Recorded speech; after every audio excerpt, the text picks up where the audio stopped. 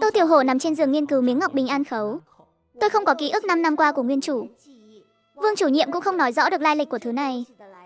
Nhỏ máu nhận chủ trở thành cách duy nhất để kiểm chứng giá trị của nó. Xuyên về năm 60 còn ràng buộc với hệ thống kích động cảm xúc. Vận may đã quá nghịch thiên rồi. Nếu miếng bình an khấu này cũng là bảo bối, thì đừng nói là tứ hợp viện. Cả con phố này tôi cũng có thể nghênh ngang mà đi. Coi như ngựa chắc thay ngựa sống thử một phen. Nhỏ máu nhận chủ thành công thì lại có thêm một bàn tay vàng. Anh vừa động tâm niệm, cây châm bạc trong không gian hệ thống liền xuất hiện nơi đầu ngón tay. Không chút do dự đâm thủng ngón trỏ. Giọt máu nhỏ lên miếng bình an khấu. Không hề có hiện tượng lạ nào như mong đợi. Bình an khấu vẫn là dáng vẻ của một viên ngọc bình thường. Quả nhiên là mình đang trông chờ vào vận may thôi.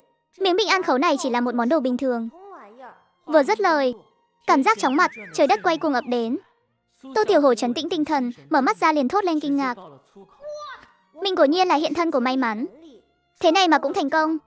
Trước mắt đã là một không gian lạ lẫm sương mù bao quanh. Không gian lưu trữ đi kèm của bình an khấu.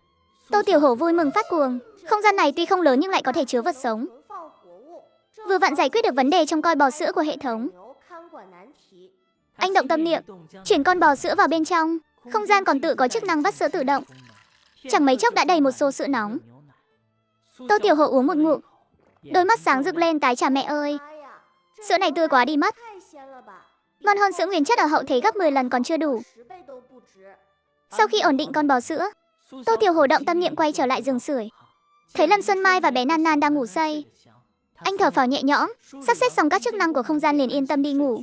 3 ngày sau, thủ tục nhập học của Tô Tiểu Hổ đã xong xuôi. Lâm Xuân Mai và bé Nan Nan ra cửa tiễn anh đi học. Vừa đến viện giữa thì chạm mặt bổng cạnh đang đeo cặp sách. Vừa hay dùng tên sói mắt trắng này để thử thu thập dương kích động. Còn Nghiêm Phú Quý ở trường tiểu học và mấy người khác, đến lúc đó sẽ xử lý luôn một thể.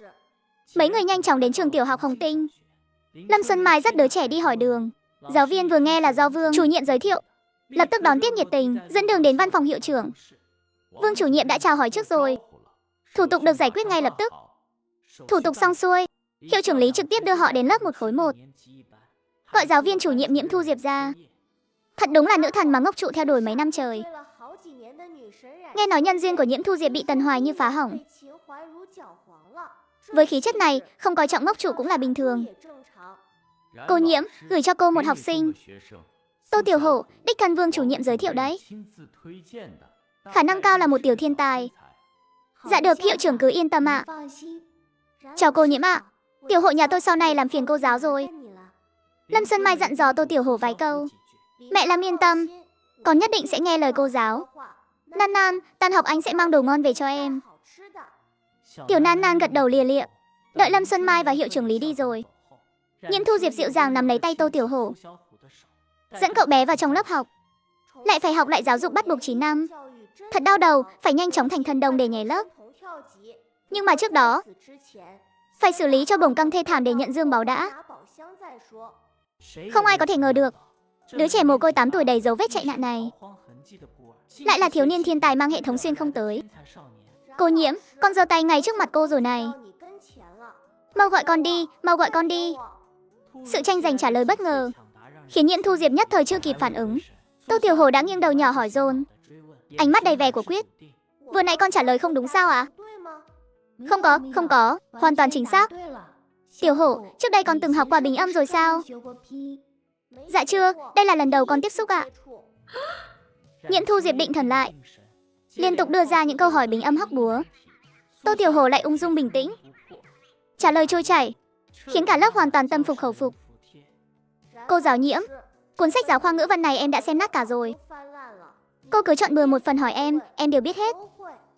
Nhiễm Thu Diệp không nói lời nào, liền chọn điểm kiến thức khó nhất trong sách để đặt câu hỏi. Tô Tiểu Hổ trả lời rất trôi chảy, không chỉ từng chữ chuẩn xác, mà ngay cả ý nghĩa sâu xa cũng giải thích rõ ràng. Đám học sinh trợn tròn mắt, hoàn toàn sững sờ.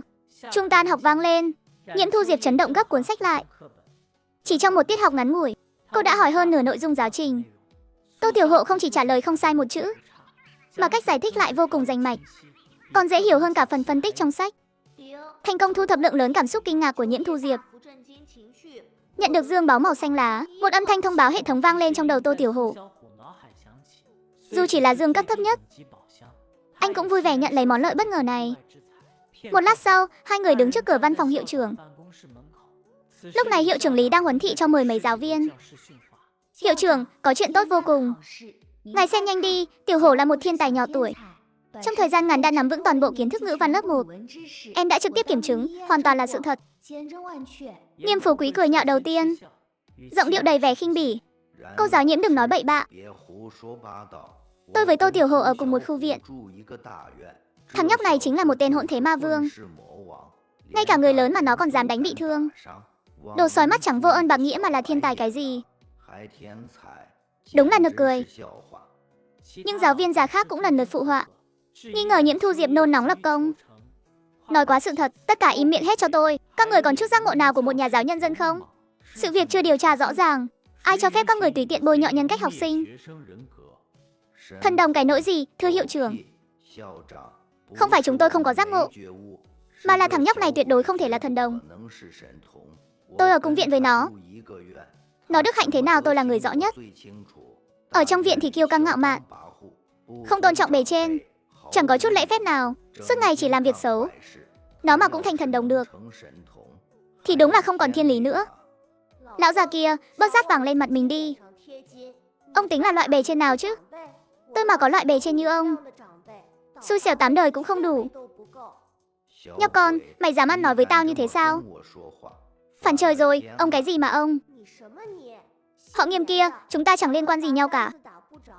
Dựa vào đâu mà bắt tôi gọi ông là bề trên? Cái đức tính như ông mà cũng xứng sao? Câu nói này đâm trúng vào nỗi đau của Nghiêm Phú Quý. Ở trong viện ông ta thích ra vẻ bề trên, nhưng lần nào cũng bị Tô Tiểu Hổ làm cho mất mặt. Lúc này bị vạch trần trước mặt giáo viên toàn trường. Vừa giận vừa cuống. Hiệu trưởng, ngài xem thái độ của thằng nhóc này có chỗ nào giống thần đồng? Dù tôi không phải là người thân của nó, thì dù sao cũng là bậc tiền bối chứ. Đến Kính lão cũng không biết. Phẩm chất này mà là thần đồng sao? Mở miệng ra là mắng lão già, thật quá đáng. Đúng là không coi ai ra gì. Thầy Nghiêm, thầy cũng chẳng tốt đẹp gì đâu. Tiểu Hổ gọi thầy là lão già là không đúng, nhưng thầy cũng gọi em ấy là nhóc con trước mà. Kính lão thì cũng phải đi đôi với yêu trẻ. Thầy là nhà giáo mà còn không biết tôn trọng trẻ con, thì lấy tư cách gì trách mắng đứa trẻ không biết kính lão? Huống hồ thầy căn bản chẳng hiểu gì về Tô Tiểu Hổ. Những gì thầy nói toàn là ấn tượng phiến diện chủ quan thôi. Nghiêm Phú Quý giận lồng lộn. Nhiễm Thu Diệp, một giáo viên trẻ mà dám công khai phản bác ông ta. Ông ta vốn chẳng thèm tìm hiểu Tô Tiểu Hổ, thậm chí còn hận không thể chà đạp hoàn toàn thằng nhóc hay đối đầu này. Để giải tỏa cơn giận trong lòng, thầy thậm chí còn chẳng muốn tìm hiểu về Tô Tiểu Hổ. Thì dựa vào đâu mà khẳng định em ấy không phải thần đồng? Đúng vậy, thâm niên dạy học của tôi không bằng các vị. Nhưng có phải thần đồng hay không, có nắm vững kiến thức hay không, tôi vẫn phân biệt được. Cô Nhiễm nói đúng lắm. Nghiêm Phú Quý, ông không biết yêu trẻ, thì đừng trách người khác không coi ông là bề trên. Uổng công ông làm nhà giáo bao nhiêu năm qua.